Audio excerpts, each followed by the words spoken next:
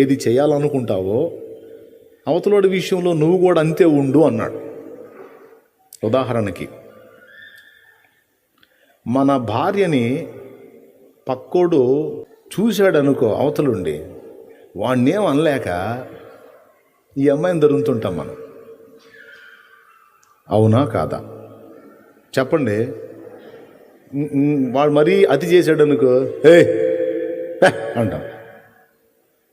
అంటావా అన్నవా?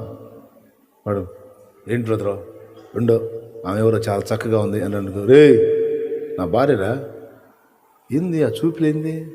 అవునా, sorry bro sorry bro. మనం తట్టుకోలేం. జస్ట్ భార్యని అవతలోడు కొంచెం మోహంగా చూస్తేనే మనకు జీర్ణంగా. అవతలోడు నీ భార్యను మోహపు చూపు చూస్తేనే తట్టుకోలేవు.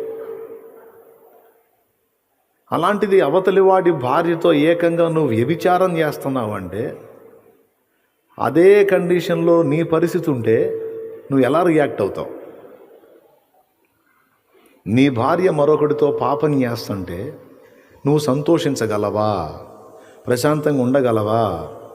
తాడో ఎండో సల్ఫానో నోవాక్రానో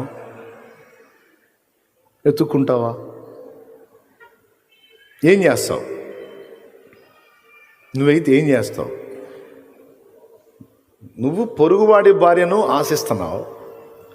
నీ భార్యను మరొకడు ఆశించి నువ్వు పొరుగువాని భార్యతో తప్పు చేసినట్టు నీ భార్యతో ఒకడు తప్పు చేశాడు అనుకో, నీకు తెలిసిందనుకో, నువ్వేం చేస్తావు చెప్పు? శుభమా అంట పొద్దున్నే వచ్చి ఈ దరిద్రం ఏందని అనమాకు.